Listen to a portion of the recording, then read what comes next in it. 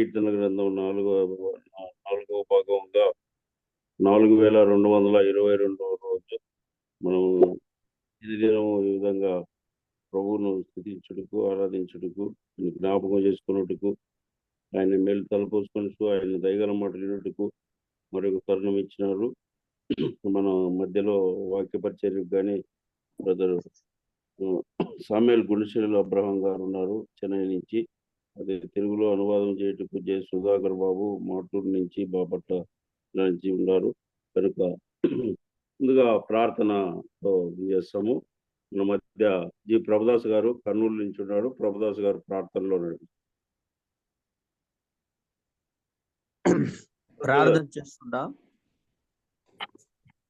సర్వోన్నతుడా, సర్వ సృష్టికర్త, సర్వమునకు ఆధారభూతుడా, సర్వ కృపానిధిగ దేవా, మా విమోచకుడా, మా ప్రాణనాథుడా, మహిమా స్వరూపి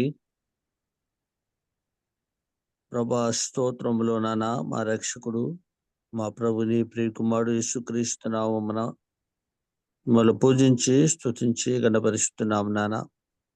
గత రాత్రి మంచి నెమ్మదిని, విశ్రాంతిని, ఆరోగ్యమైన ఆయుష్ను అనుగ్రహించారు. మరొక నూతన దినములో ప్రవేశించడానికి మీ కృప చూపారు. ఉదయమే లేచి ఈ పాసనలో మీరు మాకు అనుగ్రహించిన సమయానికి స్తోత్రములు చెల్లిస్తున్నాం. విశేషంగా మీరు మమ్మల్ని ప్రేమించి మాకు అనుగ్రహించిన రక్షణను జ్ఞాపం చేసుకుని మా హృదయమార స్తుతి స్తోత్రములు, జవహాఫలములు సమర్పిస్తున్నాం.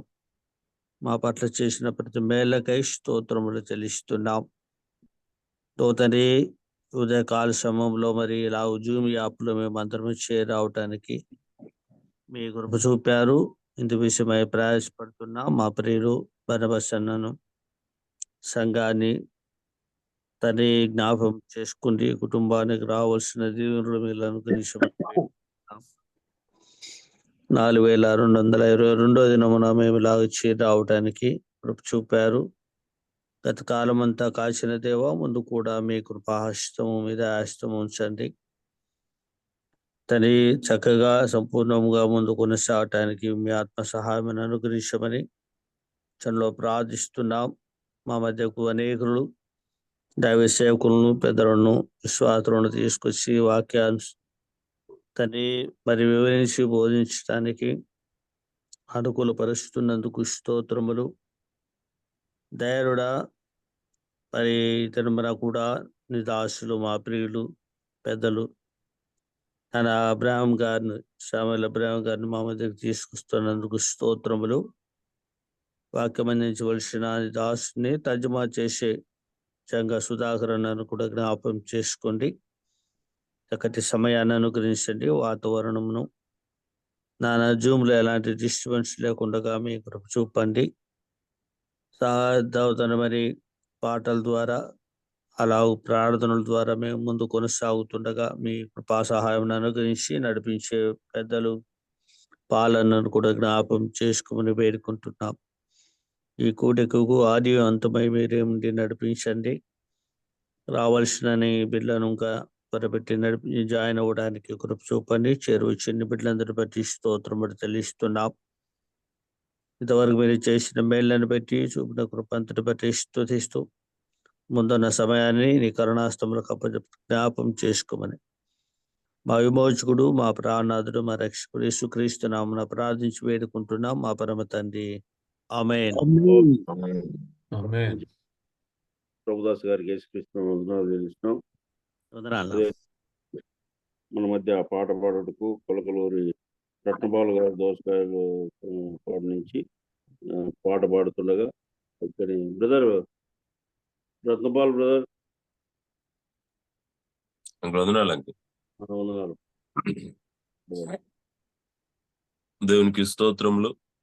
మన ప్రభువును రక్షకుడునైన యేసుక్రీస్తు ప్రభుల వారి పరిశుద్ధ నామంలో మార్నింగ్ కాన్ఫరెన్స్ పరిచర్లోనికి చేరి వచ్చిన ప్రతి ఒక్కరికి హృదయపూర్వక వందనాలు తెలియజేస్తా ఉన్నా. అందరము కలిసి అందరికి వచ్చిన పాట ప్రభువుని స్తుతించు ఆసక్తితో విరివిగా ప్రభువుని వేడుమ అనే కీర్తన పాడుకుందాం. ప్రభువును స్తుతించు ఆసక్తితో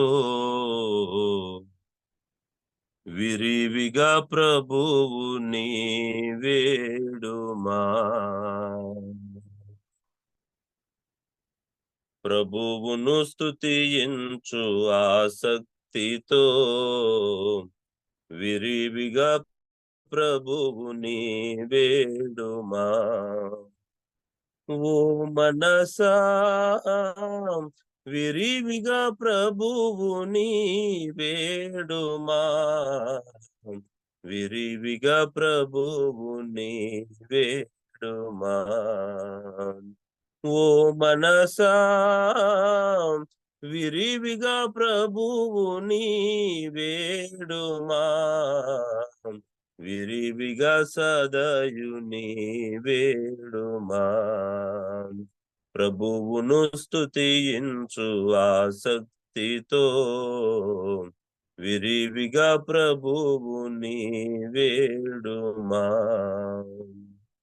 రేయి పగలు నజరేయుడేసుని వాద్యములన్నిటితో రేయి పగలు నజరేయుడేసుని వాద్యములన్నిటితో నిర్జీవములను విడచి ఉజ్జీవరాగాలతో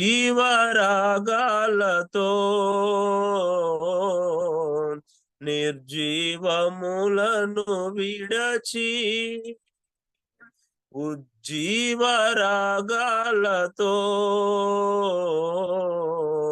విరివిగా సదయుని వేడుమా. విరివిగా సదయుని వేడుమా. విరివిగా సదయుని వేడుమా. విరివిగా సదయుని వేడుమా. ప్రభువుని స్తుతించు ఆసక్తితో విరివిగా ప్రభువుని వేడుమా. అంతరంగము పులకించు విధముగా ఆనందగానాలతో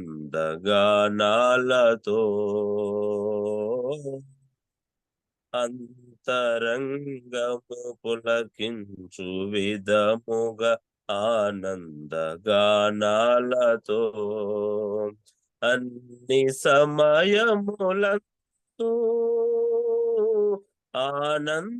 ఆనందగానాలతో అన్ని సమయములతో ఆనందగానాలతో విరివిగా ప్రభువుని వేడుమా. విరివిగా సదయుని వేడుమా. విరివిగా సదయుని వేడుమా. విరివిగా సదయుని వేడుమా. ప్రభువును స్తుతించు ఆసక్తితో విరివిగా ప్రభువుని వేడుమా. ప్రభువును స్తుతించు ఆసక్తితో విరివిగా ప్రభువుని వేడుమా. Uncle వదనాలు uncle.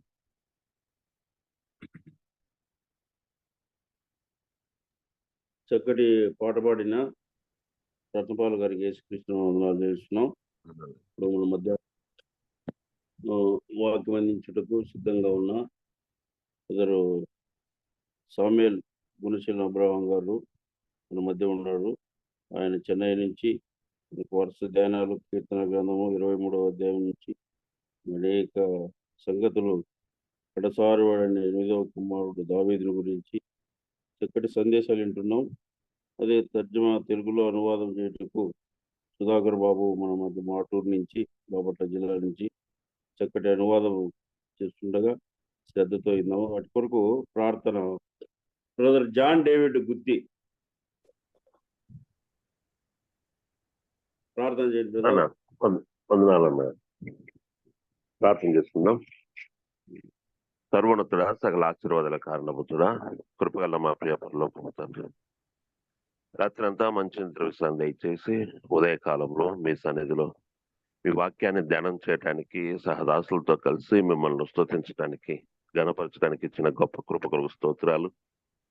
ఎంతవరకు మిమ్మల్ని కీర్తించి స్తుతించి పాడగలిగి ఉన్నాం, అందుని బట్టి స్తోత్రాలు తండ్రి. ఈ సమయం ముందు నీ దాసుడు అబ్రహాం గారు మీ వాక్యాన్ని మాకు వివరిస్తుండగా మీరే పరిశుద్ధాత్మ దేవుడిగా నీ దాసుని నడిపించండి. మీ వాక్యాన్ని అర్థం చేసుకోగలిగే జ్ఞానాన్ని మాకు దయచేయండి. మీ పరిశుద్ధాత్మ శక్తిని మాకు అనుగ్రహించండి. అలాగే ట్రాన్స్లేషన్ చేస్తున్న సుధాకర్ బాబు గారిని దీవించండి. వింటున్న మేమందరం దాని ప్రకారం నడుచుకోగలిగే విధంగా అనుభవించుకోగలిగే కృప దయచేయండి. ఈ దిన దీవెన దయచేయమని ఇలాగ మీ సన్నిధిలో ప్రతినిత్యము చేరుతూ మీ వాక్యాన్ని ధ్యానం చేస్తూ ఆత్మీయ మేలులు పొందగలిగే విధంగా నీ దాసుడు బర్నబాసన్న ఇలాగ నడిపిస్తున్నందుకు స్తోత్రాలు. నీ దాసుని కూడా దీవించి ఆశీర్వదించమని, నడిపిస్తున్న పాలంకులు దీవించమని, మీరే అబ్రహాం గారిని వాడుకోమని యేసు పరిశుద్ధ నామమును అడిగి వేడుకొనుచున్నాము తండ్రి. ఆమేన్. Thank you. దేవుడి గారికి వేసుకుంటున్నాము, తెలుస్తున్నాం. వచ్చినాము. మరి 6:10-15 వరకు వాసులు అబ్రహాం గారు నాకు వాక్యం అందించుండగా తెలుగులో సుధాకర్ బాబు మాటల నుంచి తర్జమా చేసి ఉండగా చక్కగా విన్నాము. అనేక సత్యాలు దావీదుని గురించి, కడసారు వాడైన దావీదుని గురించి ఎన్నో మనకు తెలియని సత్యాలు దాసుందారంటున్నాం. చక్కగా వినుటకు బ్రదర్ను ఆహ్వానిస్తున్నాము. బ్రదర్ సామ్యూయల్ అబ్రహాం గారు, బ్రదర్ వందనాలు. Vandanalu, brother. Thank you very much. To God be the glory, and good morning to every one of you.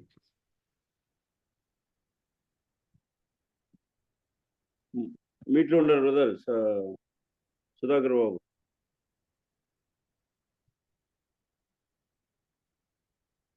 ఈ నెల 9వ తారీఖు మన దగ్గర మాట్లాడినాడు, మంగళవారం. తిరిగి మంగళవారం వారానికి ఒకసారి చక్కటి సందేశాలు, వరుస ధ్యానాలు అందిస్తుండగా శ్రద్ధ.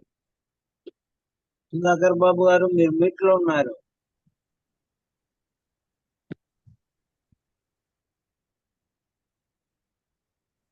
అధ్యక్షులు మాట్లాడతారన్నా, మనం మౌనంగా.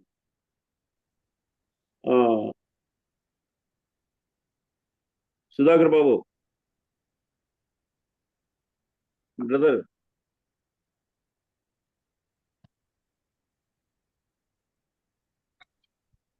Yes.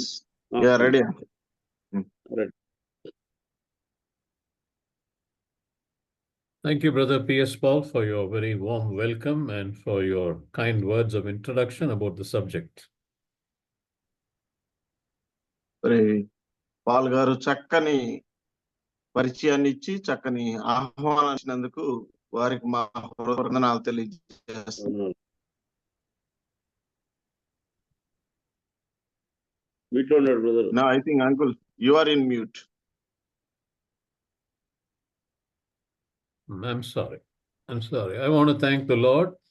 I want to thank Brother Barnabas. I want to thank the elders of Christian Brethren Assembly, Mamre Odi Cheruvu, for having given me this privilege this morning to study the word. మొదటిగా ఇలాగ వాక్య ధ్యానానికి అవకాశం ఇచ్చినటువంటి దేవాది దేవునికి, అలాగనే తరువాతగా మరి క్రిస్టియన్ అసెంబ్లీ ఓడి చెరువు స్థానిక సంఘానికి, పెద్దలకు, అలాగే ఈ అవకాశాన్ని మాటి కలిగిస్తున్నటువంటి దైవజనులు బర్నబాస్ గారికి కూడా నా హృదయపూర్వక వందనాలు తెలియజేస్తా ఉన్నాను. I also want to thank every one of brothers and sisters who have zoomed in this morning. It is so encouraging to see so many of you on the Zoom to study the word of God. అలాగే ఉదయకాలం Zoom లో చేరి వచ్చి దేవుని యొక్క వాక్యాన్ని ధ్యానం చేయటానికి కలిసి వచ్చినటువంటి సహోదర సహోదరులందరూ కూడా హృదయపూర్వక వందనాలు తెలియజేస్తా ఉన్నాను. I want to confess before God and before all of you that I'm not worthy of this position of teaching the word. It's God who has enabled me. I am weak. I have a lot of weakness, but the Lord is strengthening me. And so all glory be to God. నేను మీ అందరి ఎదుట ఒక విషయాన్ని ఒప్పుకొని దలుచుకున్నాను. ఏంటి అంటే, ఈ ధ్యానాలు ఇలాగ చేయటానికి నేనైతే అసమర్థుడిని, కానీ ప్రభు నన్ను బలపరిచి ఆయనే నాకు సహకరిస్తూ ముందుకు తీసుకెళ్తూ ఉన్నారు. And also, it's nice to have your brother Sudhakar to this morning to help in translation.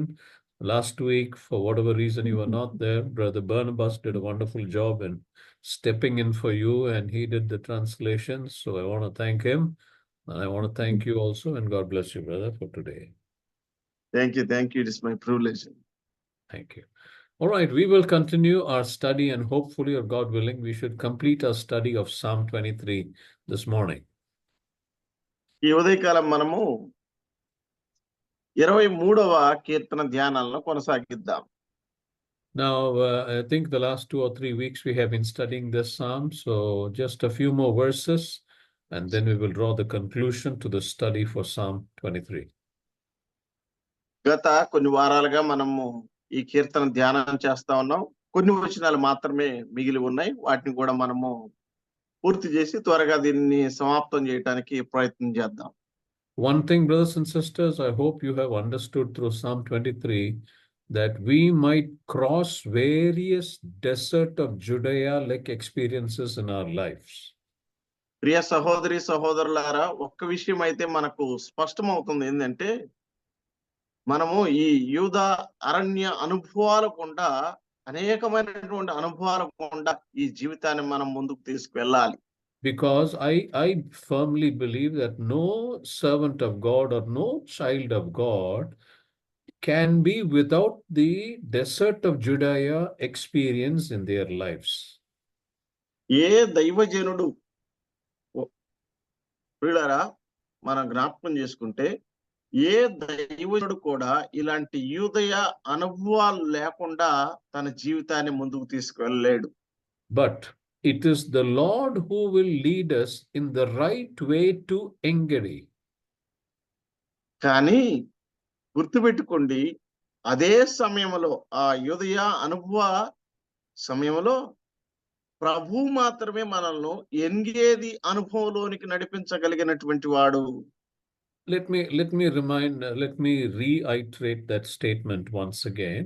As we cross through, as every one of us, you, Brother Sudhakar, Brother Barnabas, Brother P.S. Paul, Sam Abraham, as we and every one of you, as we cross through various desert of Judea-like experiences in our lives, remember, it is the Lord who will lead all of us in the right way to Engedi.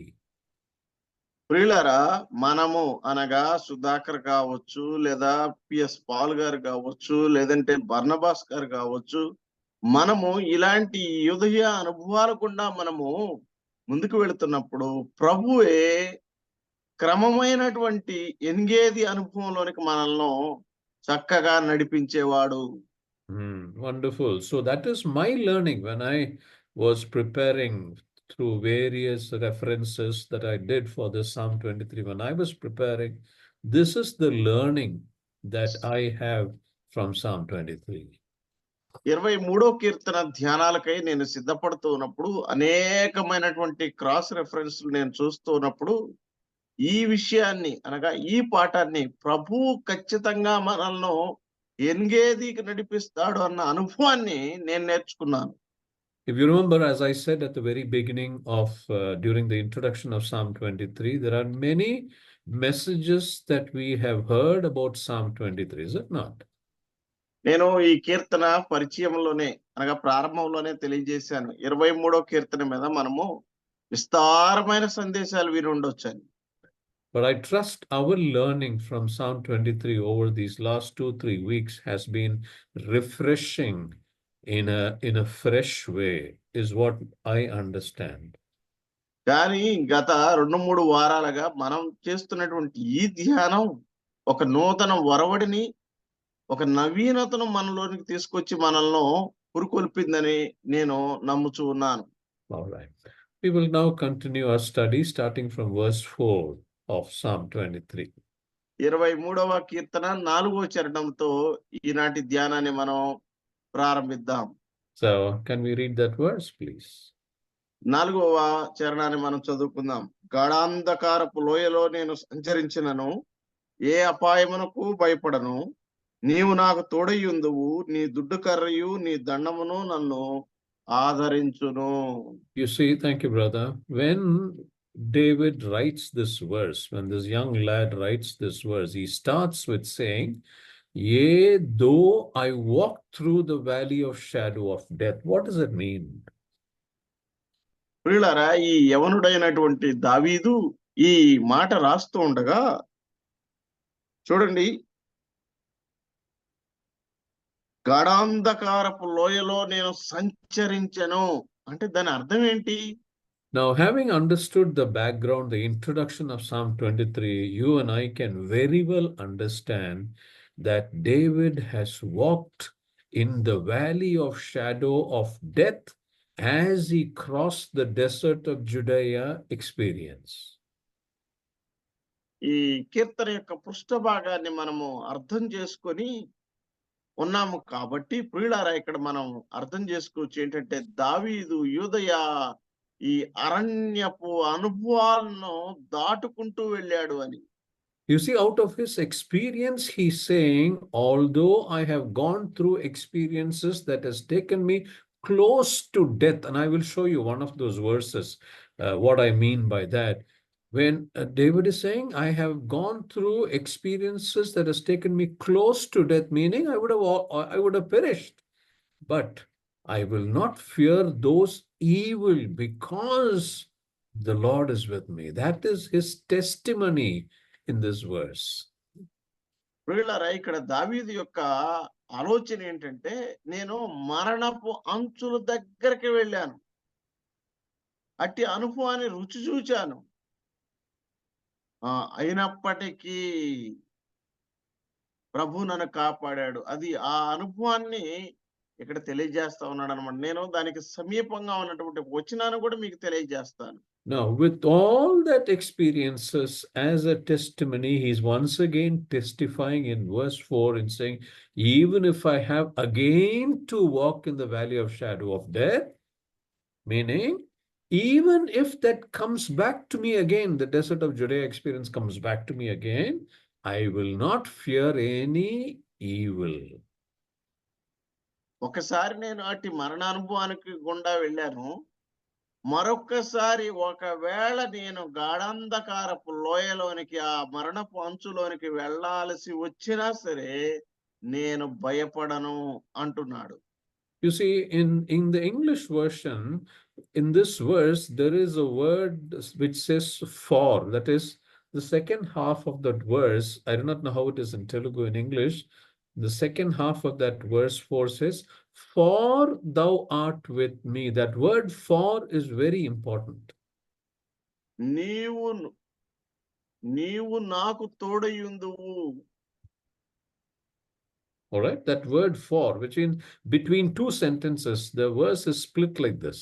Yea, though I walk through the valley of shadow of death, I will fear no evil. That is one part. Then it says for, F-O-R, and then it says, thou art with me, thy rod and thy staff, they comfort me. There are two separate meanings for this particular verse. చూడండి, తెలుగులో ఇక్కడ మనం గమనించినప్పుడు ప్రియులారా, as though I walk through for అనేటువంటి మాటని ఇక్కడ మనం తెలుగులో ఎలా ఉంటుంటే, సంచరించి నను అనేటువంటి పదం అన్నమాట. All right, so that word for means that even if I walk through the valley of shadow, I'm not going to be afraid because why? The Lord is with me. నేను సంచరించినను నేను భయపడబోట్లేదు. కారణం ఏంటంటే ప్రభువు నాకు తోడుగా ఉన్నాడు. You see, many a times, brothers and sisters, when we go through difficult situations and when we share it with the assembly, when we share it with our family members, when we share it with the elders, the other brothers and sisters for prayer support, there are some who will come and advise us and they will say, don't worry, this will get over and very soon everything will be normal. You know why they are saying that? Because they themselves have gone through such experiences in their lives. ప్రియ సహోదరి సహోదరులారా, కొన్ని ఇబ్బందులు గుండా, కొన్ని కష్టాల గుండా మనము దాటి వెళుతూ ఉన్నప్పుడు, స్థానిక సంఘానితో మనం పంచుకున్నప్పుడు కొందరు సహోదరులు లేదా సహోదరులు వచ్చి మనల్ని ఆదరిస్తూ ఉంటారు, ఓదారుస్తూ ఉంటారు. భయపడబాకు, పర్లేదు, ప్రభు సహాయం చేస్తాడు. అవి కొద్ది కాలమే ఉంటాయి అని మనల్ని ప్రోత్సాహపరుస్తుంటారు. కారణం ఏంటంటే వారు అట్టి అనుభవాలను దాటి ఉన్నారు కాబట్టి. You see, for you and me, when there is a human being who understands my position or your position, puts their hand upon my shoulder, hugs me and talks to me and says, listen, don't worry, all this will be fine. There is no better soothing experience than that. వీళ్ళారా, నీకు నాకు కనుక ఎవరైనా సరే వచ్చి మన భుజాన్ని తట్టి, పర్లేదు, ఇబ్బంది పడబాకు, భయపడబాకు, ఇవన్నీ తాత్కాలికమే, వీటిని మనం ఖచ్చితంగా దాటి వస్తాము, ముందుకెళ్తాము అని కనుక ఎవరైనా మనల్ని అలాగ పురికొల్పినట్లయితే అంతకంటే మనకింకా వేరొక మందు, వేరొక బలం లేదండి. Now, this verse 4, to me, it shows exactly that experience of David. You know what David is saying?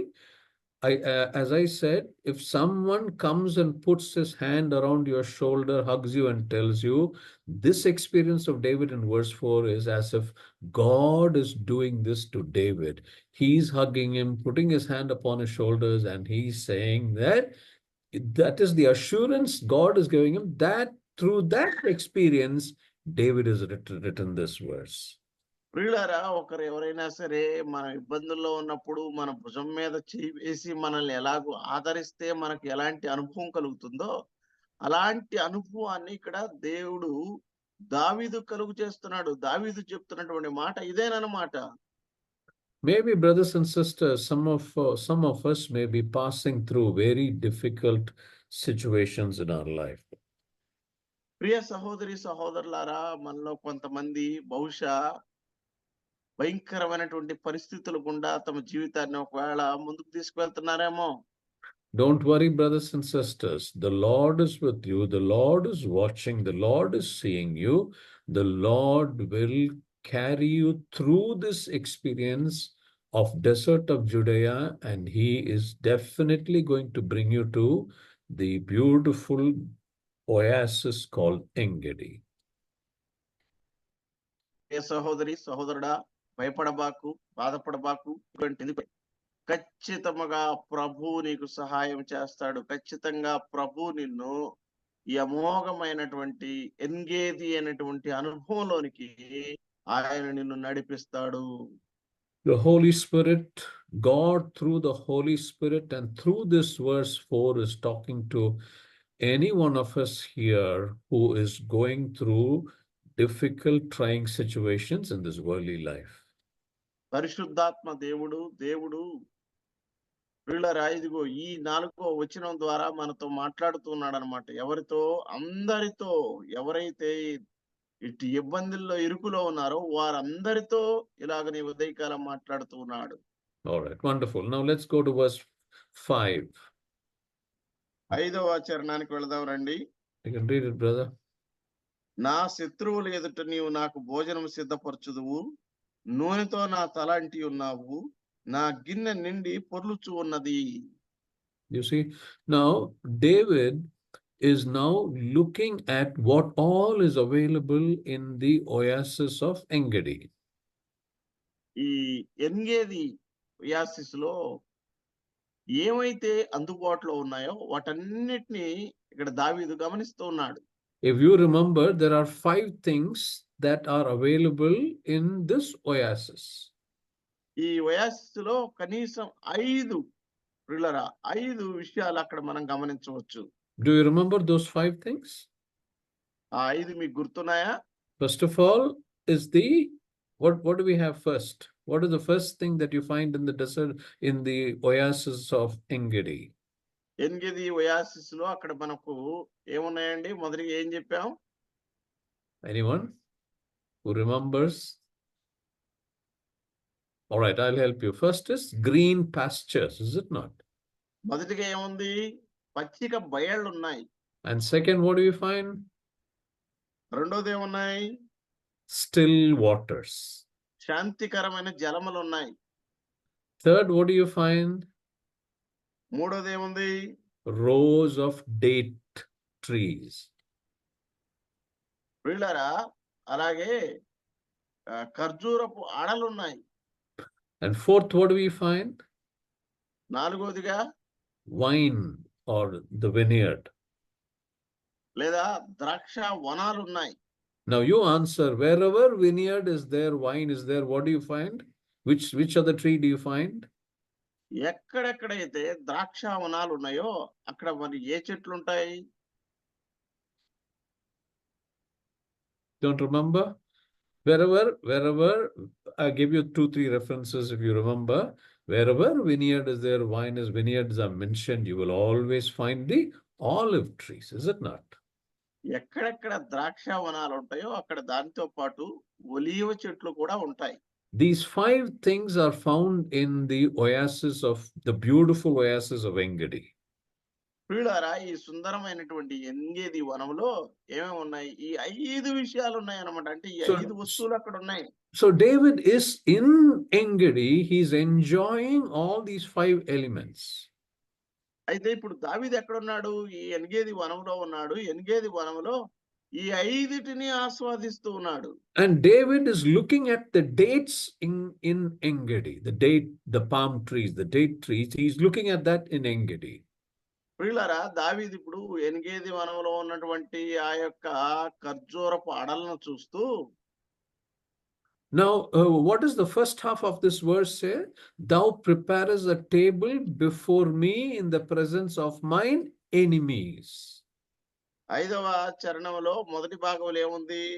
నా శత్రువులు ఎదుట నీవు నాకు భోజనమును సిద్ధపరచుదువు. Now, who is the king of David or the king of Israel now? ఇప్పుడు ఇశ్రాయేలుకి రాజు ఎవరండి? King Saul. సౌలు రాజు అన్నమాట. And who is King Saul to David? ప్రియులారా, ఈ సౌలు దావీదుకి ఏమవుతాడు? At this present juncture, he is the enemy of David. ఈ సమయంలో సౌలు దావీదుకి ఏమవుతాడు అంటే శత్రువు అన్నమాట. And when David says, thou preparest a table before me in the presence of mine enemies, you know what he means? నా శత్రువులు ఎదుట నీవు నాకు భోజనమును సిద్ధపరచదవు అని దావీదు అన్నప్పుడు దాని యొక్క అర్థం ఏంటో మీకు తెలుసా? He is reminded of the rich dates that are set at the table of King Saul. ప్రియులారా, దావీదుకి అదిగో రాజైనటువంటి సౌలు ఇంటిలో భోజనపు బల్ల మీద పెట్టి ఉన్నటువంటి ఆ ఖరీదైనటువంటి ఆ ఖర్జూరపు అడలు అక్కడ గుర్తొస్తూ ఉన్నాయి. That is why he's saying, thou preparest a table before mine enemies. అందుకనే చెప్తా ఉన్నాడు అనమాట, నీవు నా శత్రువుల ఎదుట నాకు భోజనమును సిద్ధపరచెదవు. And then if you read the second half of that verse, David is again looking at the olive trees which give olive oil. And then he's saying, thou anointest my head with oil. Is it not? అలాగే రెండో భాగంలో ఏం చెప్తా ఉన్నాడంటే, ఈ ఒలీవ చెట్లు ఉన్నాయని చెప్పుకున్నాం కదా, ఆ నూనె చూడండి, ఆ నూనెతో నన్ను అంటి ఉన్నావు అంటూ ఉన్నాడు. Now David does not stop there. He continues again, and one more element that is found in Oasis, he mentions it. He looks at the vineyards there and says, my cup runneth over. అక్కడ ఉన్నటువంటి ఆ వనాలను చూసి ఆయన చెప్తూ ఉన్నాడు, అంతటితో ఆపుకుండా ఏమన్నాడంటే, నా గిన్నె నిండి పొర్లుచున్నది. You see, the 3 elements that are found in the oasis of Engedi is found in this verse. ఎన్గేదిలో ఉన్నటువంటి 5లో 3 ఈ వచనంలో మనం గమనిస్తూ ఉన్నాం ప్రియులారా. Wonderful. I hope now this verse makes sense to all of us.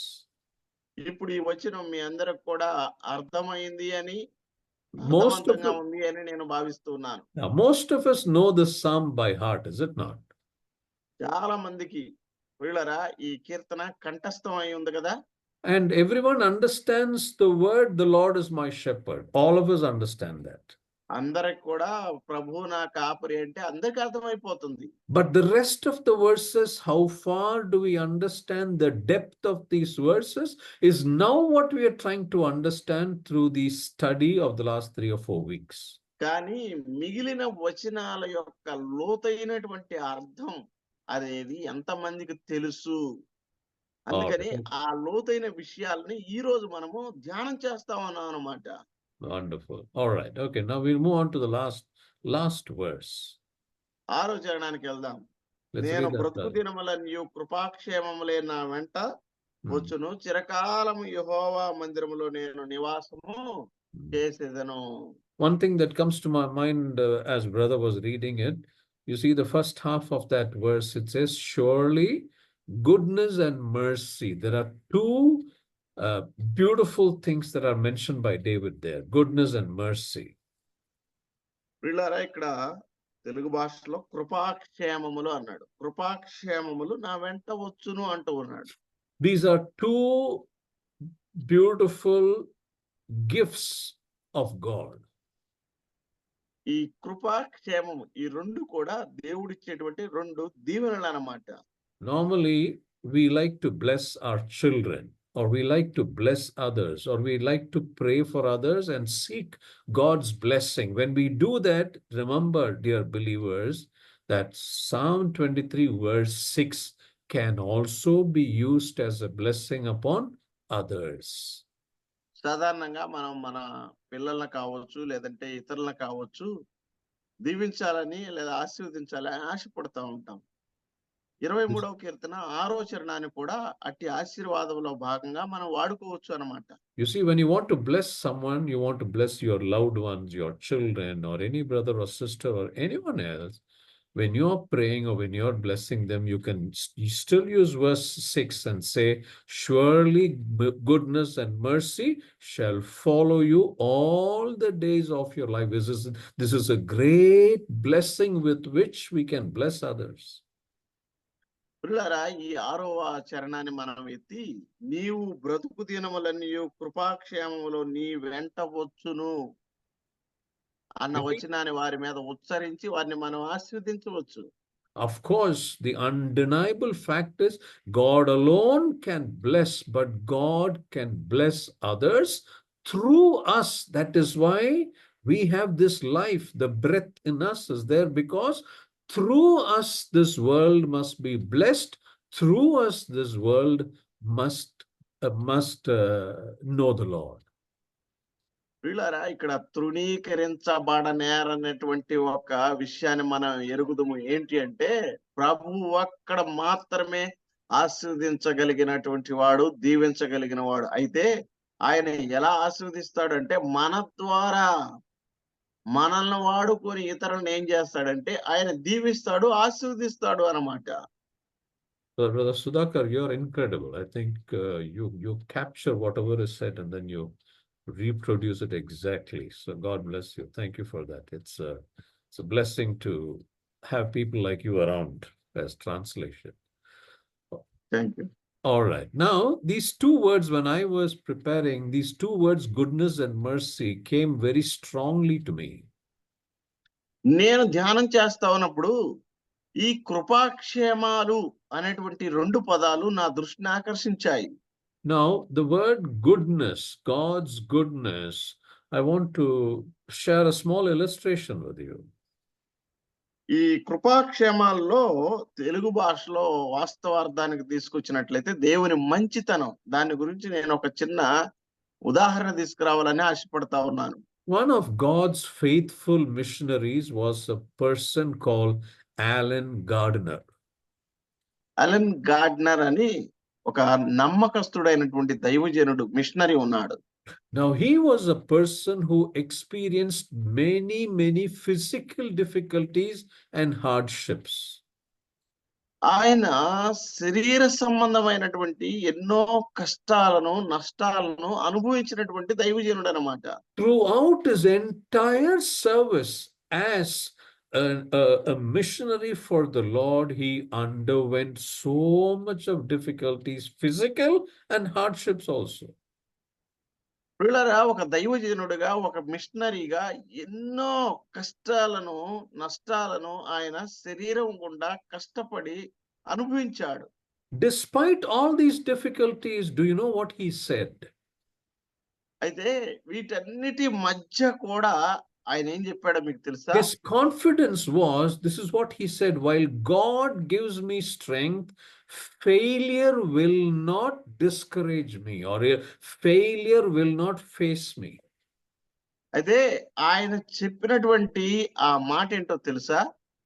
దేవుడు నన్ను బలపరుస్తూ ఉండగా ఏ అపజయము, ఏ వాటమి కూడా నన్ను నిరాశపరచలేదు అన్నాడు.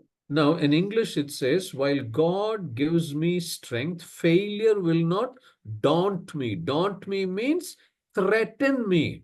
Failure cannot come and threaten me and say that you cannot do this, you're a waste, you're good for nothing, there is no use of you of the Lord. That is daunting. You know, it is kind of mocking a person. So he says, while God gives me strength, failure cannot daunt me. It cannot do anything to me. దేవుడు నన్ను బలపరుస్తూ ఉండగా అపజయం అనేది నన్ను ఏం చేయలేదు? అపజయం అనేది నన్ను అపహాస్యము చేయలేదు, లేదంటే నన్ను దండించలేదు, లేదంటే నన్ను నిరాశపరచలేదు అన్నాడు. In the year 1851, at the age of 57, Alan Gardner died of disease, sickness, and starvation. 1851వ సంవత్సరంలో ఆయన ప్రియులారా అనారోగ్యముతో చనిపోయాడు. And he was in service, serving the Lord in one of the places in South America.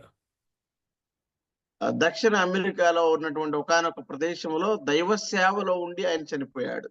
Now, when his body was found, there was a diary that was found near his body. ఆయన శవం ఎక్కడైతే కనపడిందో అక్కడ ఒక dairy కనపడింది అనమాట. So when someone took that diary and was reading the diary, you know, the diary contained record of whatever he's written. Diary is, many of us have the habit of writing every day what happens, is it not? We have that. That is what this missionary Alan Gardner had. And when they read it, they found written in that diary instances of hunger, thirst, wounds, and loneliness he faced. ప్రియులారా, చాలా మందికి ఈ దినచర్య dairy రాసుకునేటువంటి అలవాటు ఉంటుంది. అలాగే Allen Gardner కూడా అలాంటి అలవాటు ఉంది. ఆ డైరీ ఎప్పుడైతే వారు కనుగొన్నారో ఆ డైరీలో ఆయన రాసుకున్నటువంటి అనుభవాలను అక్కడ చూడవచ్చు అనమాట. ఆకలి దప్పులు, ఎన్నో రకాలైనటువంటి అనర్థాలు, అనారోగ్యము, ఇబ్బందులు, వాటన్నిటిని గురించి ఆయన అక్కడ అందులో ప్రస్తావించాడు. And the last sentence, the last writing of Alan Gardner in that diary, it showed the struggle of his shaking hand. His hand was shaking, shivering, so he could not write properly. Despite that, he had wrote one sentence. This is what was found in his diary. వీళ్ళరా ఆఖరి మాటలు, ఆయన తన డైరీలో రాసినటువంటి ఆఖరి మాటలు, వాటిని రాయటానికి కూడా ఆయన చేతులు సహకరించలేదు. ఆయన చేతుల్లో వణుకు వచ్చేసింది. అయితే అలాంటి ఆ వణుకుతోనే ఆయన రాసినటువంటి ఆఖరి మాట ఏంటంటే ఈ 23వ కీర్తన ఆఖరి వచనం అన్నమాట. And you know what was written? The last sentence in his diary, you know what was written there?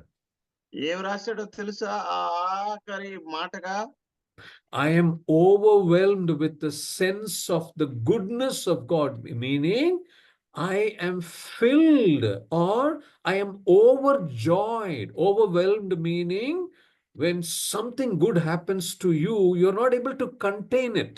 That is called overwhelming. So he wrote, I am overwhelmed with the sense of the goodness of God. You see, this man, although he was struggling, how much he struggled, yet look at what he wrote in his diary. That is his experience of God.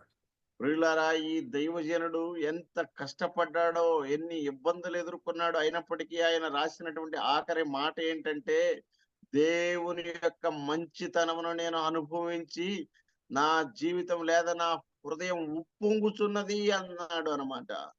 You see, when you look at David, when he writes that last verse, surely goodness and mercy shall follow me all the days of my life, what all David underwent in his life, Psalm 23 The last verse is the crowning glory for him. ప్రియులారా, దావీదు తన జీవితంలో ఎలాంటి అనుభవాల గుండా తాను వెళ్ళాడో మనకైతే తెలుసు. అయితే తన జీవితానికి ఇదిగో ఈ వచనం రాస్తూ ఉండగా ఇదొక మకుటం లాగా ఉందన్నమాట. నేను బ్రతుకు దినములన్నీయు నా వెంట కృపాక్షేమములే వచ్చును అన్నమాట. You see, dear believers, when we go through struggles and trials and difficulties in our lives, many a times we question God in our mind. Outwardly, we will not say because we are believers, and that too we are brethren believers. We will not say that outwardly, but inwardly, all of us have that question, including me. I'm talking about me as an example. Including me, we have questions to God, is it not? Now look at David. Despite all that situation, never do we find David questioning God. When he talks to God boldly. But in this verse, you see, he has overcome everything. And then look at his affirmation that God is good. ప్రియులారా, ప్రియ సహోదరి సహోదరులారా, మనం కూడా మన జీవితంలో ఏదైనా చిన్న చిన్న కష్టాలు ఎదురైనప్పుడు ఏమంటూ ఉంటాం? అసలు దేవుడు నాకు ఏం చేశాడండి? దేవుడు ఉన్నాడా? నాకు ఇలా జరుగుతుంది, ఎందుకు జరుగుతుంది అని అంటూ ఉంటాం. మనం బ్రదరన్ సంఘానికి చెందినటువంటి విశ్వాసులం కాబట్టి బయటకు ఒకవేళ అది చెప్పుకోకపోయినా, అంటే నాతో పాటు నేను కూడా అందులో జత చేసుకుంటున్నాను. మనం బయటకు చెప్పకపోయినా లోపల ఖచ్చితంగా ప్రతి ఒక్కరం మనం అలాంటి అనుభవానికి గురవుతా ఉంటాం. కానీ దావీదు చూడండి, తన జీవిత ఆఖరి దశలో ఎలాంటి ఒక నిర్ణయానికి వచ్చాడో, తన కష్టాలన్నిటికి కూడా ముగింపుగా ఇక్కడ ఏం చెప్తా ఉన్నాడండి? ఆ మాట చెప్పి మనల్ని ఆదరిస్తూ ఉన్నాడు. One thing, brothers and sisters, that we always need to remember that is God is good, and God is always good to every one of us. ప్రియ సహోదరి సహోదరులారా, ఒక్క విషయం నేను చెప్పదలుచుకున్నాను. ఏంటంటే దేవుడు మంచివాడు. దేవుడు సదాకాలం, అంటే ఎల్ల వేళలా ఆయన మన ఎడల మంచివాడై ఉన్నాడు. Whatever be the situation, adverse situation that we come across, there should never be an iota of doubt. Iota means a very small fraction or an atom, as they say. It's a very small kind of object. No, we should never have an iota of doubt about the goodness of God. Never ever. ప్రియులారా, దేవుడు ఎల్లవేళలా మంచివాడై ఉన్నాడు.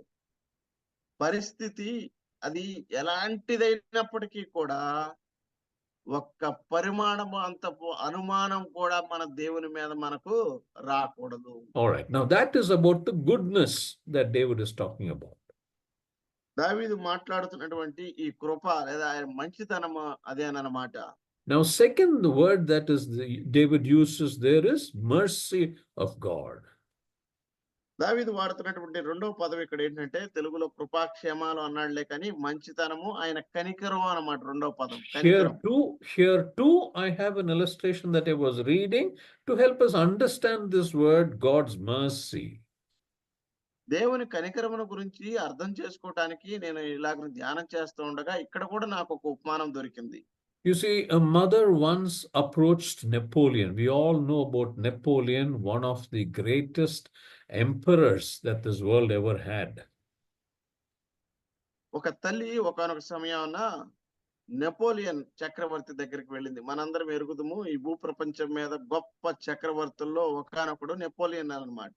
A mother once approached Napoleon. He was an army commander. He was one of the greatest captains who won a lot of wars. A mother once approached Napoleon to seek pardon for her son. Napoleon గొప్ప దళాధిపతి, సైన్యాధిపతి అన్నమాట. అతడు మంచి యుద్ధవీరుడు. అయితే ఒకసారి ఒకానొక తల్లి తన కుమారుని గురించి ఆయన క్షమాపణ కొరకు ఆయన దగ్గరికి వెళ్ళింది. Because her son had done something wrong, so Napoleon had judged a punishment for her son. So she approached Napoleon for her son. ఆమె కుమారుడు ఒక తప్పు చేసి ఉన్నాడు, అందుకనే ఆమె నెపోలియన్ దగ్గరికి వెళ్ళింది అనమాట క్షమాపణ కొరకు. So she came and approached Napoleon and said, asking him to pardon her son. ఆమె నెపోలియన్ దగ్గరికి వచ్చేసి, అయ్యా దయచేసి నా కుమారుని క్షమించమని బ్రతిమలాడుతుంది. In our judiciary system that we have in India, when a person is judged as to be hanged unto death, section 302, to be hanged unto death, they can appeal to the President of India, and if President of India feels he can give mercy, he can give him mercy, and it has happened in some cases too. భారతదేశ న్యాయ చట్ట ప్రకారం ఎవరైనా సరే చేయదగినటువంటి తప్పు చేసినట్లయితే section 302 ప్రకారం ఏం జరిగిద్దంటే ఉరి శిక్ష వేయటం జరుగుతుంది అన్నమాట. సుప్రీం కోర్టు కూడా ఒకవేళ అలాంటి నిర్ణయాన్ని ఇచ్చిన తర్వాత ఇక ఎక్కడ పరిష్కారం లేదు అనుకున్నప్పుడు భారతదేశ రాష్ట్రపతిని వారు సంప్రదించి క్షమాభిక్షను అక్కడ ఆయన దగ్గర వేడుకోవచ్చు. Now, in this case, similarly, the mother approached the highest authority, which is Napoleon, Emperor Napoleon. She approached for mercy. ఇక్కడ కూడా అలాగనే ఇక ఉన్నటువంటి సర్వోన్నతమైనటువంటి అధికారి అయినటువంటి నెపోలియన్ దగ్గరికి ఆ తల్లి క్షమాభిక్షణ కొరకు వచ్చింది. So Emperor Napoleon then looked at the mother and said, this young man has committed a certain crime twice, not just once, twice. And so justice demands that he be put to death. ఆ Napoleon ఏమన్నాడంటే, ఈ యవ్వనుడు ఒక్కసారిగా తప్పు చేసింది, 2 సార్లు తప్పు చేశాడు కాబట్టి న్యాయం ఖచ్చితంగా అతనికి ఏం చేస్తుంది, ఖచ్చితంగా శిక్షణ కోరుకుంటుంది అన్నాడు. This mother was bowing before Napoleon and she said, sir, I don't ask for justice, but I'm only pleading for mercy. అయితే ఆ తల్లి నెపోలియన్ పాదాల మీద పడి ఏమంది అంటే, అయ్యా నేను ఇక్కడ న్యాయం కొరకు నేను బ్రతిమలాడట్లేదులే కానీ నీ కనికరమును వేడుకుంటున్నాను అంది. And the mother and Napoleon responded to the mother and said, your son does not deserve mercy. అప్పుడు నెపోలియన్ తల్లితో అన్నాడు, నీ కుమారుడు కనికరమునకు యోగ్యుడు కాదు అన్నాడు. Now the mother, out of her concern for the son who's going to be put to death, she once again responded to Emperor Napoleon and said, sir, it would not be mercy because he does not deserve it. But all that I'm asking you or begging you is that please give it to him, although he does not deserve mercy, but I'm begging you, please be merciful to him.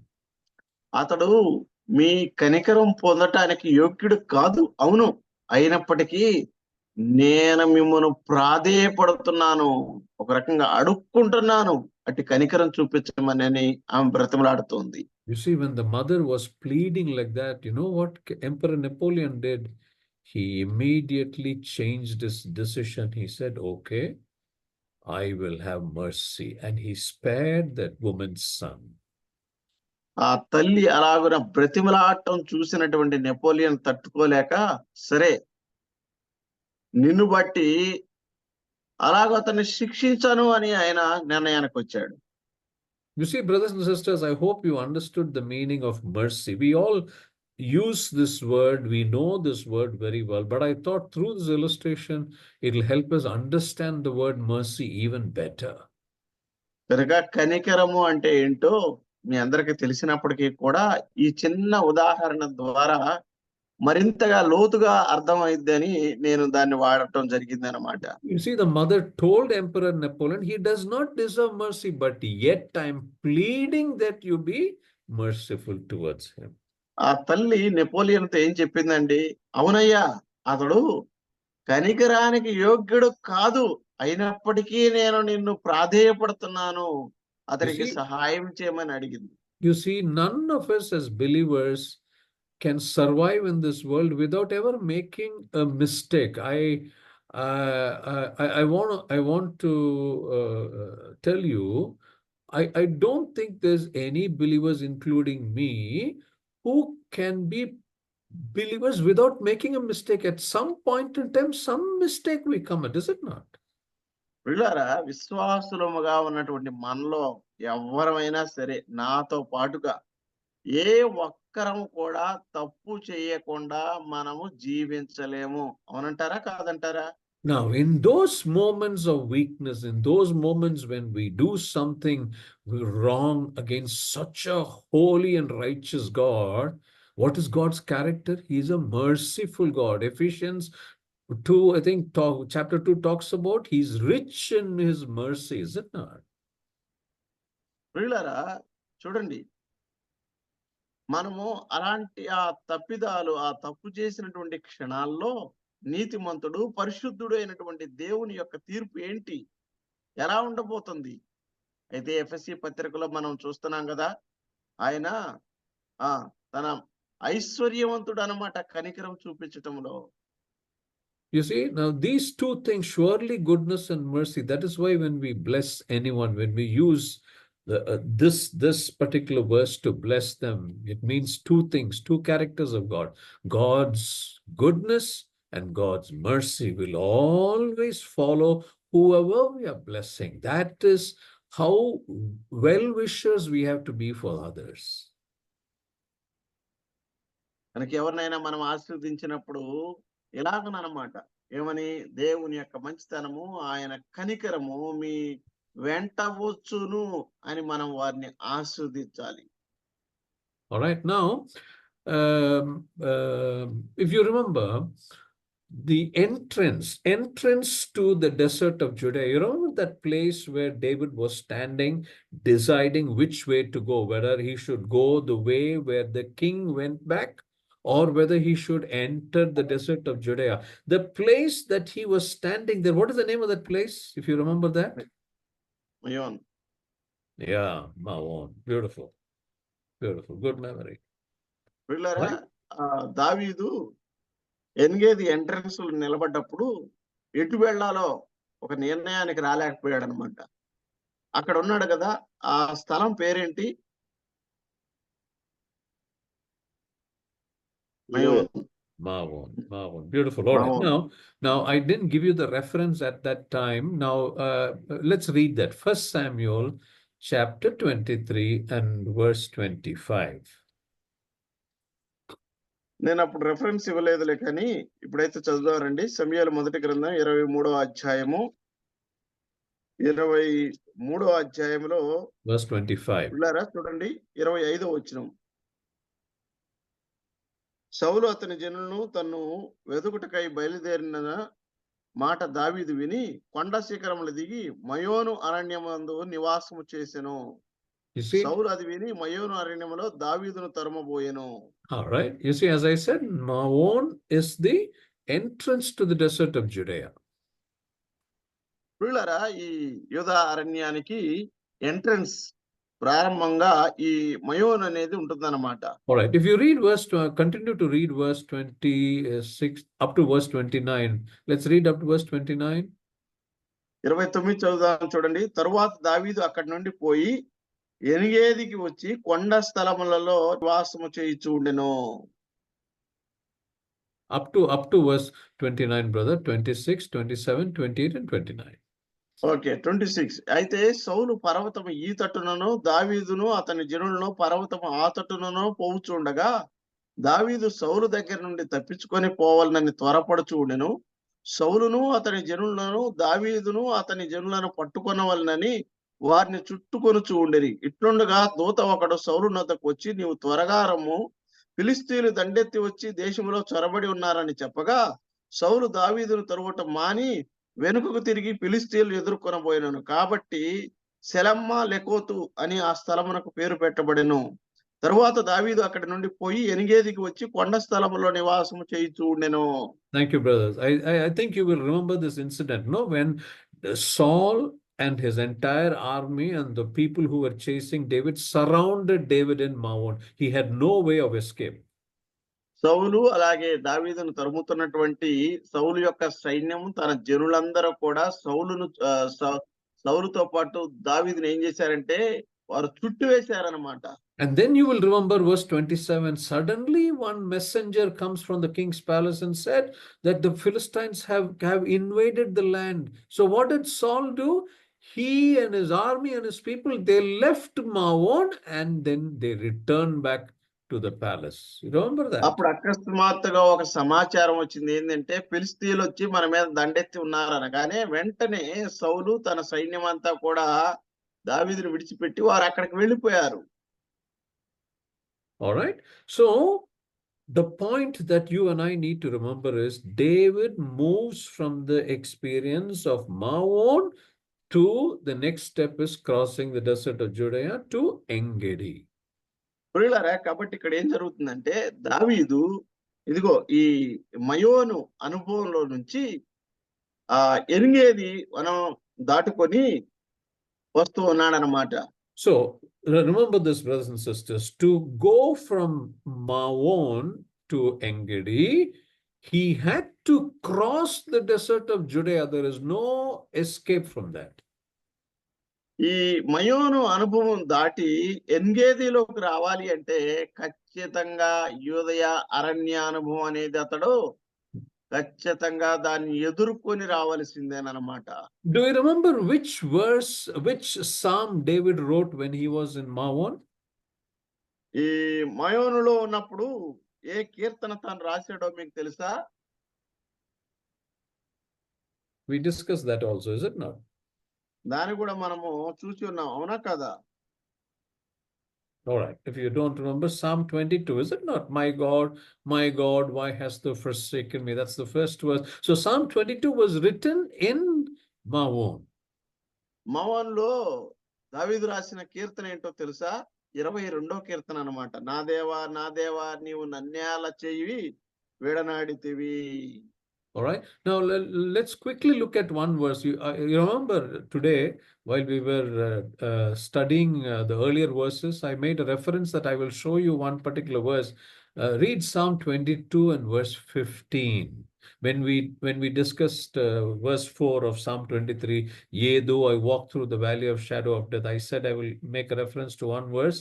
Now read Psalm 22 and verse 15. గాఢాంధకారపు లోయలో నేను సంచరించను, ఏ అపాయమునకు నేను భయపడను అని దావీదు చెప్పినప్పుడు నేను మీకు ఒక వచనం చెప్తాను, ఎందుకు ఆ మాట అన్నాను కదా. ఇప్పుడు రండి చదువుదాం ఆ వచనాన్ని. 22వ కీర్తన 15వ చరణం.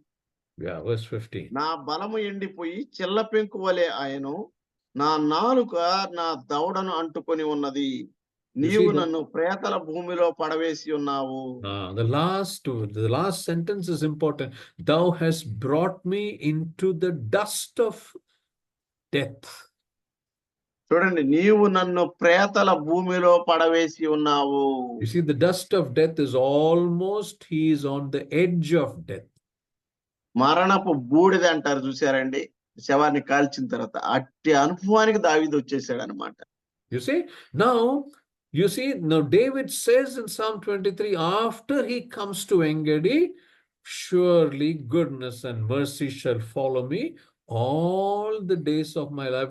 Look at the transformation that has happened in the life of David.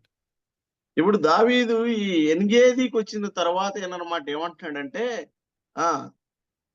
నేను బ్రతుకు దినములన్నీ కృపాక్షేమములు నా వెంట వచ్చును. చూసారా ఆ జరిగినటువంటి మార్పును ఒక్కసారి గమనించండి. ప్రేతల భూమి నుంచి కృపాక్షేమములు అంటూ ఉన్నాడు. Dear believers, listen very carefully. At the beginning of the Maon experience or the desert of Judea, at the very beginning, David writes in Psalm 22, my God, why hast thou forsaken me? ప్రియులారా, ఈ యూదయ అరణ్య అనుభవంలో మయోను దగ్గర దావీదు 22వ కీర్తన నా దేవా నన్నేల చేయి విడనాడితివి అన్నాడులే. కానీ many times we in our life cry out to the Lord, what mistake did I do? Why am I suffering like this? Why did you allow this in my life? What was the wrong in me? I've been faithfully following you. I've been doing everything which you have asked me to do, but still I've gone through this experience. That was David's experience. Did David do anything wrong? Nothing. He did nothing wrong. Still he underwent that, is it not? That is why he is echoing that verse in the first verse, my God, why hast thou forsaken me? ప్రియులారా, మనం కూడా మన జీవితాల్లో చాలా సందర్భాలు ఇలాగున మనం దేవుని దగ్గర మొరపెడుతూ ఉంటాం. ప్రభువా, నేనేం తప్పు చేశాను? ఎందుకు నాకు ఇలా జరుగుతా ఉంది? ఎందుకు ఈ కష్టం నా మీదకి వచ్చింది? నేనేం తప్పు చేయలేదు కదా! నేను భక్తిగా, నీతిగా నిన్ను సేవిస్తున్నాను కదా! అయినా ఈ కష్టం నాకెందుకు వచ్చింది? అని మనం దేవుని దగ్గర మొరపెడతా ఉంటాం. దావీదు After, అనుభవం కూడా అదే కదండి. దావీదు ఏం తప్పు చేశాడు? దావీదు ఏం చేయలేదు కదా! అయినప్పటికీ ఇదిగో మయోను అనుభవంలో ఇక్కడ ఉన్నప్పుడు దావీదు అంటా ఉన్నాడనమాట. నా దేవా, నా దేవా, నన్నేలా చెయ్యి విడినాడితివి. after he crossed the desert of Judea experience, see, when David comes into Engedi, look at the transformation and look at what he's saying. The first verse in Psalm 23 says, the Lord is my shepherd. ప్రియులారా, ఆ మయోను దాటిన తర్వాత ఆ ఆ వనము అనగా ఆ యూదా అరణ్య అనుభవాన్ని దాటి ఎన్గేదిలోకి వచ్చిన తర్వాత ఎలాంటి ఒక పెను మార్పు అనేది దావీదు జీవితంలో సంభవించిందో చూడండి. 23వ కీర్తన మొదటి చరణం ఏముంది? యెహోవా నా కాపరి. You see, until that moment, there are so many things he wanted, but when he came to the experience of Engedi, the first verse he says, the Lord is my shepherd, I shall not want, meaning everything has been taken care of by the Lord. I don't want anything more. ఎన్గేదికి వచ్చే వరకు ఎన్నో విషయాలు చెప్పాడులే కానీ, ఎన్నో అవసరతలు ఉన్నాయిలే కానీ, ఎన్నో అక్కర్లు దావీదు దేవుని దగ్గర మొరపెట్టుకున్నాడులే కానీ, ఎన్గేదికి వచ్చిన తర్వాత 23వ కీర్తనలో ఏమంటున్నాడు? యెహోవా నా కాపరి, నాకు లేమి లేదు, నాకేమొద్దు, నా దేవుడు నాకున్నాడు అంటున్నాడు. You see, the Lord brought David safely through the desert life with no harm or hurt whatsoever. There was situations like death that came to him. It throttled him. You know, throttled him means it is as if holding your neck and throttling you to kill you. Situations like that came, but through all that, the Lord brought him from Maon into Engedi. పిల్లరా, దావీదు ఎలాంటి ఎన్నో కష్టాల గుండా వెళ్ళాడనమాట. ఒక రకంగా చెప్పాలి అంటే కుతిక పెట్టుకొని చంపటానికి ప్రయత్నం చేశారంటారు చూసారా? అలాగున ఆ సమస్యలన్నీ కూడా, ఆ కష్టాలన్నీ కూడా ఆయన్ని అంత బలవంతం చేశాయి. అయినప్పటికీ దేవుడు వాటన్నిటి గుండా నన్ను బయటకు లాక్కొచ్చాడు అంటున్నాడు. Likewise, brothers and sisters, whatever be the situation, I don't know what situation you are in, and you don't know what situation I am in. Whatever situation we are going through, remember this. We have to go through the desert of Judea experience, but through that experience, there is always a oasis of Engedi experience waiting for us. పిల్లరా, గుర్తుపెట్టుకోండి, మనం ఎట్టి పరిస్థితుల్లో కూడా మనం వెళ్తున్నప్పటికీ కూడా, లేదా నేను వెళ్తున్నప్పటికీ కూడా, నేను ఎలాంటి సమస్యల గుండా వెళ్తున్నానో మీకు తెలియదు, మీరు ఎలాంటి సమస్యల గుండా వెళ్తున్నారో నాకు తెలియదులే కానీ, మనం ఎట్టి సందర్భంలో ఉన్నా కానీ, ఎట్టి పరిస్థితిలో ఉన్నా కానీ, మనల్ని దేవుడు ఎన్గేది అనుభవానికి ఖచ్చితంగా నడిపిస్తాడు. Maybe, dear believers, at this point in time today, at this point in time, you may not be able to confidently say the Lord is my shepherd. ఈ రోజు ఈ క్షణాన ప్రియ సహోదరుడా, సహోదరి, నువ్వు ఒకవేళ ధైర్యంగా యెహోవా నా కాపరి అని నువ్వు చెప్పలేకపోవచ్చు. You see, David could not say the Lord is my shepherd when he was in Maon or when he was crossing the desert of Judea. పిల్లరా, దావీదు మయోనులో ఉన్నప్పుడు లేదా ఆ యూదయ అరణ్యాన్ని దాటేటప్పుడు ఇటు అనుభవం లేదనమాట ఆయనకు కూడా. After he crossed and came to Engedi, that is when he was relieved from everything out of joy, gratitude, thankfulness to the Lord or the shepherd. He says, the Lord is my shepherd, I shall not want. కానీ ఆ మయోను దాటిన తర్వాత, అరణ్యాన్ని దాటి వచ్చిన తర్వాత, యూదా అరణ్యాన్ని దాటి వచ్చి బయటకు వచ్చిన తర్వాత, ఎన్గేదికి వచ్చిన తర్వాతే అంటున్నాడు అనమాట, యెహోవా నా కాపరి అని. All right. Okay. Now, another thing to remember, dear believers and brothers and sisters, and listen very carefully to what I'm going to say next. ప్రియులారా, మరొక ప్రాముఖ్యమైన విషయాన్ని జాగ్రత్తగా మీరు వినాలని ఆశపడుతున్నాను. If there is a Psalm 22, let me repeat. If there is a Psalm 22, there certainly is a Psalm 23. 22వ కీర్తన గనక ఉండి ఉన్నట్లయితే, గుర్తుపెట్టుకోండి, 22వ కీర్తన గనక ఉండి ఉన్నట్లయితే ఖచ్చితంగా 23 కూడా ఉండవలసిందే. What does that mean, brothers and sisters? దాని అర్థం ఏంటి ప్రియులారా, చెప్పండి. If there is a desert of Judea experience in our life, the next, what is coming, you know? The experience of the beautiful oasis of Engedi. ప్రియులారా, మన జీవితంలో యూదయ అరణ్య అనుభవం గనక ఉన్నట్లయితే ఖచ్చితంగా ఎన్గేది వనం యొక్క అనుభవం కూడా మనకు ఉంటుంది. All right. Okay, we are almost come to the end of the study. Now, in the scripture, particularly in the Gospel of John, I'm going to give you a little bit homework, brothers and sisters, maybe for next week when we gather again. I want to give you a small homework, a kind of a study for every one of you now. నేను ఇప్పుడు మీ అందరికి కూడా ఒక homework ఇవ్వబోతున్నాను. మీరందరూ వచ్చే మంగళవారానికల్లా homework చేసుకొని రెడీగా ఉంటే అది నాకు సబ్మిట్ చేయాలన్నమాట. All right. Okay. You see, in the Gospel of John, the Holy Spirit records 7 I ams of the Lord. The Lord says, no, I am so and so, I am so and so. So there are 7 I ams in the Gospel of John. పరిశుద్ధాత్మ దేవుడు యోహాను సువార్తలో నేనే నేనే అనే 7 పదాలను 7 సందర్భాల్లో అక్కడ రాసి ఉంచాడు అన్నమాట. All right. Now, this is the homework for you. Now, it's a good study. I'm not saying that all of you have to do it. When you have the time, when you remember it, do it. It's a good study. And there is one thing which will be very revealing if you do it. And that is why I'm telling you this. నేను అందరినీ చేయాలని ఏదో షరతు పెట్టట్లేదండి. మళ్ళీ ఈయనేంటి మనకి ఇట్లా హోంవర్క్లు ఇస్తున్నాడు అనుకున్నారు.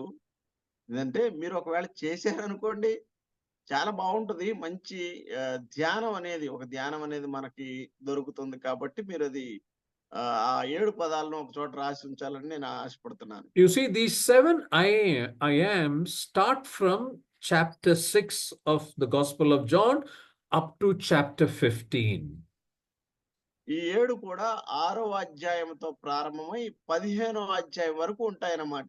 Now, the homework for you is find out those 7 I ams from between chapter 6 and chapter 15. 6వ అధ్యాయానికి 15వ అధ్యాయానికి మధ్య ఉన్నటువంటి ఈ 7 నేనే అనేటువంటి పదాలను మీరు కనుగొనండి. అదే మీ homework. Yeah, after you find that out, you have to do it in that order. What comes in chapter 6, what comes in chapter 7, 8, 9, up to 15, in that chronological order. Once you write it down, one thing you will understand and remember, what is the middle number of 7? Can anyone tell me what's the middle number of 7?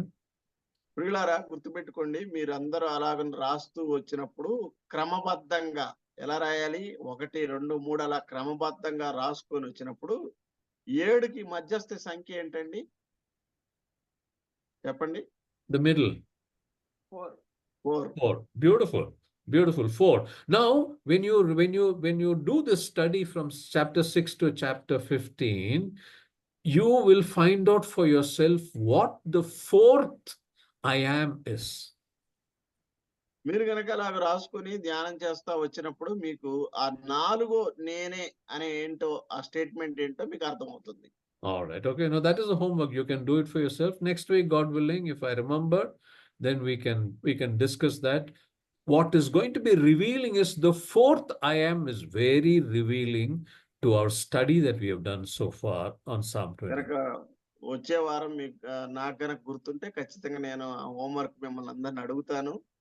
ఆ 4వ పదం ఏమి మనకు బయలుపరుస్తుంది అనేది ఎంతో అద్భుతంగా ఉండబోతుంది అన్నమాట. All right. Now I'm going to close this study with one small illustration from the life of George Muller. George Muller గారి జీవితంలో నుంచి ఒక చిన్న ఉపమానాన్ని నేను మీ దృష్టికి తీసుకొచ్చి ఇక్కడ ఈ ధ్యానాలను ముగిస్తాను. You see, this Psalm 23 says, "The Lord is my shepherd, I shall not want." Meaning, God takes care of all of us for everything.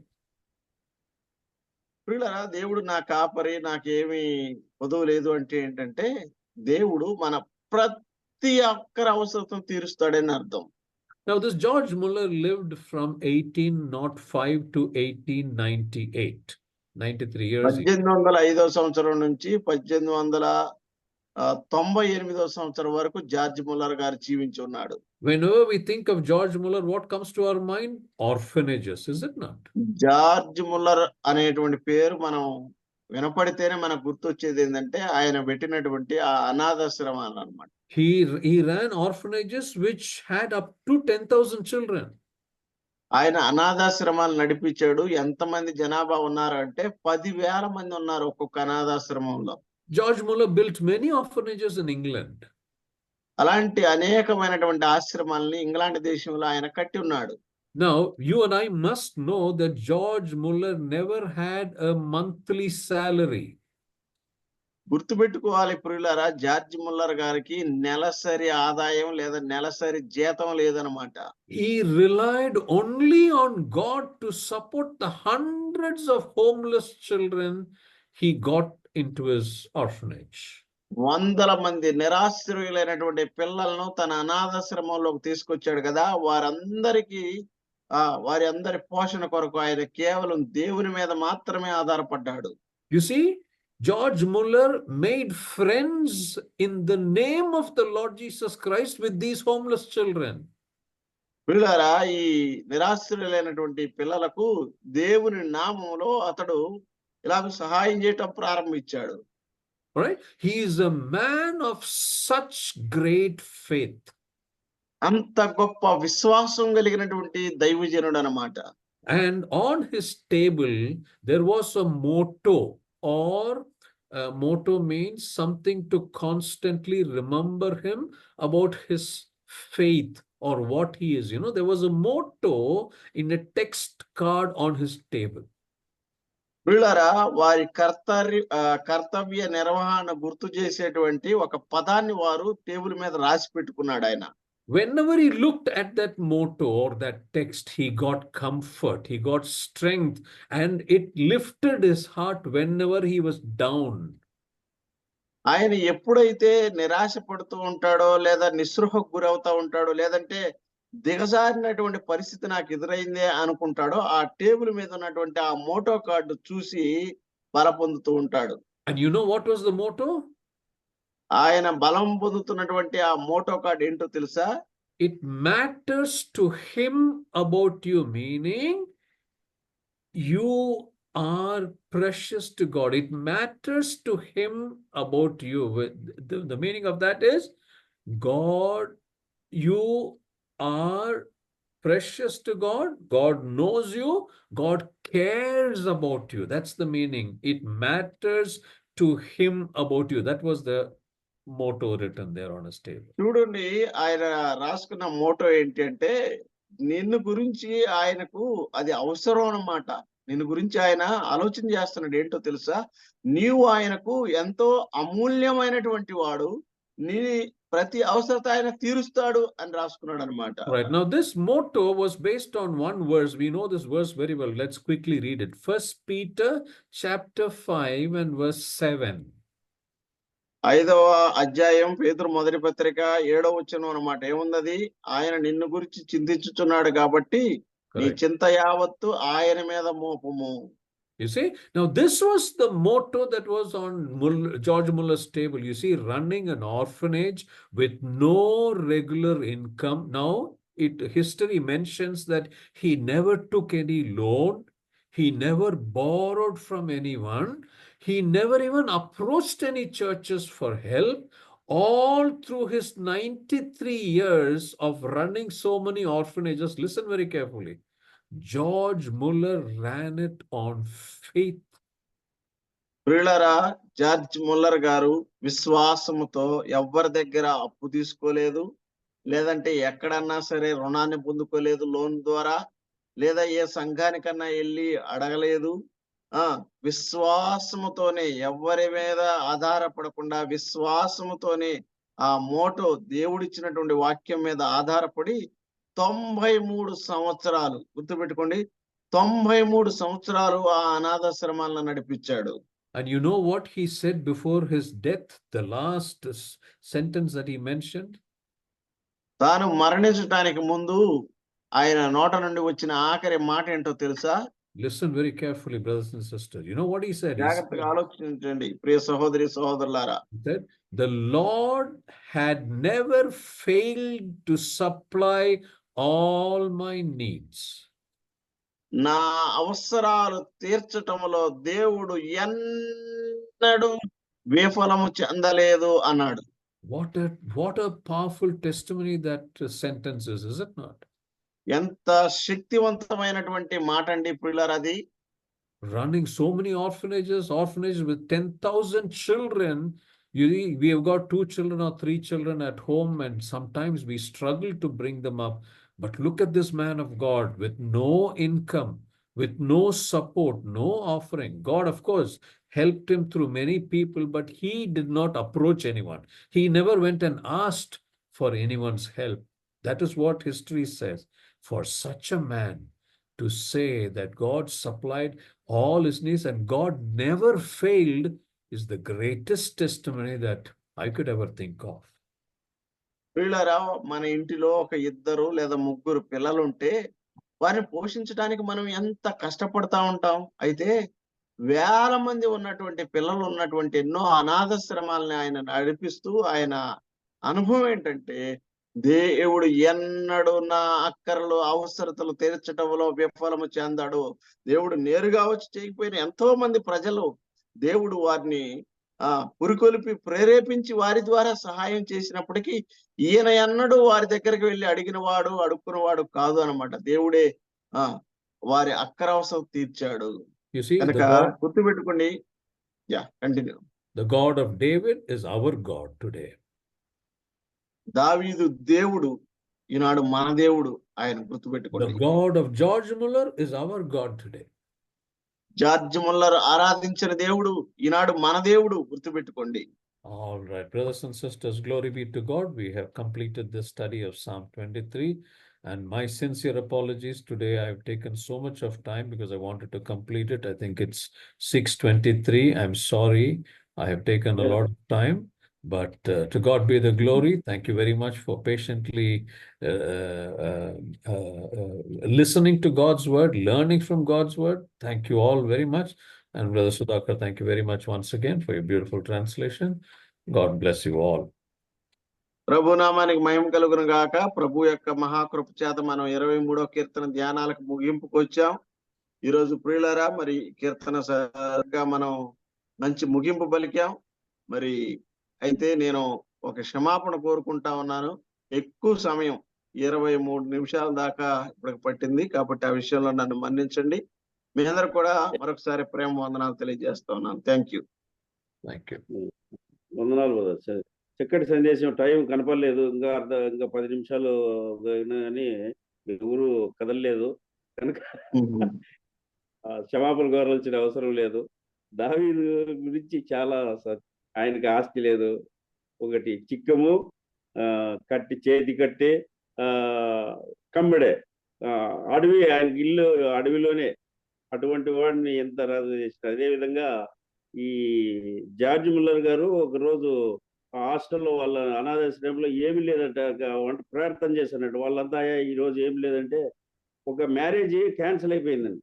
పెద్ద ముస్లిమ్స్ మ్యారేజ్, ఒకటి పెద్ద మ్యారేజ్ క్యాన్సిల్ అయిపోతే ఆ వంటంతా చేసినారు, అదంతా తీసుకొచ్చి వాటికి లారీ నిలబెట్టేసినారట అనాథాశ్రమంలో దగ్గర. వచ్చి అయ్యా అనిపించి అక్కడ చూస్తే అంతా దించితే పిల్లలకి అంతా మ్యారేజ్లు ఎట్లాంటివి చేసింటారు భోజనాలు.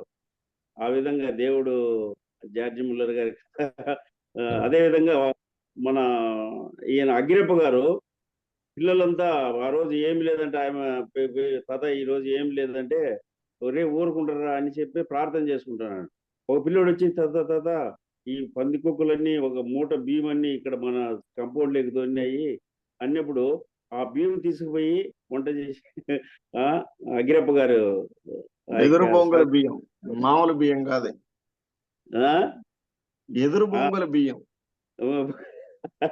ఆ విధంగా దేవుడు ఎంత సాయం చేస్తుంది. చక్కటి సందేశము ఈ అందించిన మరి సామేల్ గుణశీలన అబ్రహాం గారికి, మరి చక్కటి అనువాదం చేసిన సుధాకర్ గారికి యేసుక్రీస్తు అనువాదం చేస్తున్నాం. ప్రార్థన రవి మనోహర్ బ్రదర్ ప్రార్థన.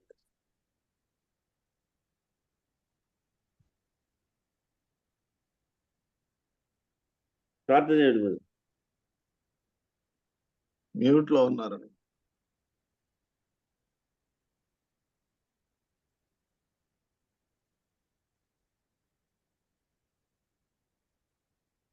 బర్నబాస్ పాలంకులో నీళ్లు తీయాల. పాలంకుల దగ్గర అదే లేదు ఆస్త్రం. వచ్చింది. రైట్. ప్రార్థన చేసుకుందాం.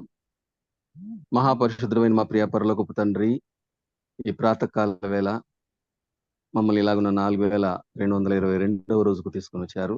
మార్నింగ్ కాన్ఫరెన్స్ లో మేము ఇలాగున సమకూడి మరి మా ప్రభువా మీ దాసుని ద్వారా చక్కని సందేశాన్ని వినగలిగినాం.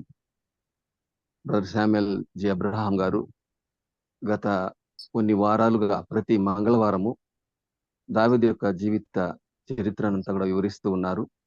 ఆ రీతిగా ఈ మధ్య కీర్తనల గ్రంథం 23వ అధ్యాయాన్ని ధ్యానిస్తూ అందులోని ప్రతి వచనం వెంబడి వచనాన్ని వివరిస్తూ వచ్చారు. ఈరోజు మా ప్రభువా 4, 5, 6 వచనాలను మాకు వివరించారు. అందులోని విషయాలు మేము చూసినప్పుడు దావీదు యొక్క దేవుడే మా దేవుడు కూడా అయి ఉన్నాడు. దావీదుకు ఎలాగా అన్ని విషయాల్లో సహకరించి కాపాడి మరి నడిపించాడో ఆ రీతిగా మా జీవితాల్లో కూడా దేవుడు ఎంతగానో మమ్మల్ని ప్రేమించి తన కృపా కనికరములు, తన మంచితనాన్ని, తన కనికరాన్ని మాకు చూపించారన్న విషయాన్ని మేము చూసాం. కృపాక్షేమములు అన్న మాటని మంచితనము కనికరం అనే మాటల ద్వారా మేము తర్జుమా చేయించి మాకు అందించారు. మీకు స్తోత్రములు చెల్లిస్తున్నాం. అదే రీతిగా మరి జార్జ్ ముల్లర్ గారి జీవిత విశేషాలు కూడా మాకు వివరించారు. 10,000 మంది అనాథాశ్రయాలు, 10,000 అనాథాశ్రయాలను పోషించినటువంటి జార్జ్ ముల్లర్ కేవలం దేవుని మీదనే ఆధారపడి ఎవరిని డబ్బు ఆశించకుండా, అప్పులు చేయకుండా పూర్తిగా ప్రభు మీద ఆధారపడిన తన జీవితాన్ని వివరించారు మా ప్రభు. అలాగనే దావీదు జీవితంలో ఉన్నటువంటి విశేషాలను కూడా మాకు వివరించారు. కరుణా సంపన్నుడా, మహిమగల దేవా, మా జీవితాల్లో కూడా కృంగిపోయిన దినాల్లో, నిరాశ చెందిన దినాల్లో, బాధలో ఉన్న దినాల్లో దావీదుని ఎలాగా ఆదరించారో, ఓదార్చారో అలాగా మా జీవితాల్లో కూడా ఓదార్చి ఆనందాన్ని, సంతోషాన్ని, నెమ్మది అనుగ్రహిస్తున్నారు అన్న దృఢమైన విశ్వాసాన్ని మాకు కలుగు చేశారు. అలాగే 23వ కీర్తనకు ముందుగా 22వ కీర్తనలోని విశేషాలు, 23వ కీర్తన తర్వాత 24వ కీర్తనలోని విశేషాలు కూడా మాకు అందించిన ఉంటున్నారు. అందులో బట్టి మీ స్తోత్రములు. మరి ఈ రీతిగా మా ప్రభువా ఈ అధ్యాయంలో మరి నేను అన్న పదాలు 7 ఉన్నాయి. వాటిని ధ్యానించడానికి మీరు మాకు కృప చూపించమని వేడుకుంటున్నాం. మరి ముఖ్యంగా మీ దాసులు, మా ప్రియులు, పెద్దలు, మరి మా దేవుని సేవకులు, దైవజనులు బ్రదర్ జి అబ్రహాం గారు మాకు ఎంతగానో అమూల్యమైన సందేశాలను అందించుటకు మీ సన్నిధిలో ధ్యానించి మీ ప్రియకుమారుని ద్వారా, పరిశుద్ధాత్మ ద్వారా మా ప్రభువా అనేక విషయాలు ఆలోచించి మాకు అందించుటలో మీరు కృప చూపించారు. అవి అందించుటలో మా ప్రభువా మీ దాసునికి సహాయకారిగా మా ప్రియులు సుధాకర్ బాబు గారు చాలా చక్కని తర్జుమా చేసి మనందరికి అర్థమయ్యే రీతిలో అందించారు. మీ స్తోత్రం. వారి ఇరువురిని మీ కృపాసలకు అప్పగిస్తున్నాం. మీరే దీవించి మరొకసారి ఇంకా మరొక అమూల్యమైన సందేశాలను సిద్ధపరచమని వేడుకుంటున్నాం. అలాగనే ఈరోజు అధ్యక్షత వహించినటువంటి ప్రియులు పెద్దలు పాల్ శ్రీరాములు అంకుని బట్టి మీకు స్తుతులు, స్తోత్రములు. మరి ముఖ్యంగా ఈ కూడికలను ప్రతిదినము నిర్విరామంగా కొనసాగించి అందిస్తున్నట్టు మా ప్రియులు బర్నబాస్ గారిని కూడా బట్టి కూడా మేము స్తుతిస్తున్నాం, స్తోత్రిస్తున్నాం. వారికి ఇచ్చిన వరాలను బట్టి మేము స్తోత్రములు చెల్లిస్తున్నాం. చేరి వచ్చిన ప్రియులందరి హృదయాల్లోనికి మీ వాక్యాన్ని మా ప్రభ పోశారు. పోయబడిన పరిమళ తైలముగా మా హృదయాల్లో పోయబడిన మీ వాక్యములు, వాక్య సత్యాలు, ధ్యానాలను బట్టి మేము స్తుతులు, స్తోత్రములు చెల్లిస్తూ మిమ్మల్ని మయంపరుస్తూ మీరు రాకడ పర్యంతం మా విశ్వాస జీవితంలో నమ్మకము విశ్వాసం కలిగి మరి మా జీవితాల్లో మా ప్రభా మీ రాకడ కొరకు సిద్ధపడినట్లు సహాయం చేయమని క్రీస్తు యేసు పరిశుద్ధ నామములో స్తుతులు స్తోత్రములు వందనములు చెల్లించి ప్రార్థించి అడిగి వేడుకుంటున్నాం పరలోకమందు మా పరమ తండ్రి ఆమేన్. Amen. వందనాలు. ప్రార్థించిన యేసుకృష్ణ వందనాలు. ఫస్ట్ గా ప్రార్థించిన ప్రభుదాస్ గారు, పాట పాడిన రత్నపాల్ గారికి, వాక్యం కొరకు ప్రార్థించిన జాన్ డేవిడ్ గారి గుర్తు వారి కొరకు, ఈ విధంగా మనకు వాక్య సందేశం అందించిన సామ్యుయల్ జి అబ్రహాం గారికి, విధంగా చక్కటి అనువాదం చేసిన సుధాకర్ గారికి, నాకు ఈ అవకాశం ఇచ్చిన బర్నబాస్ గారికి, అందరి యేసుక్రీస్తు నామమున అందరికీ వందనాలు తెలుస్తూ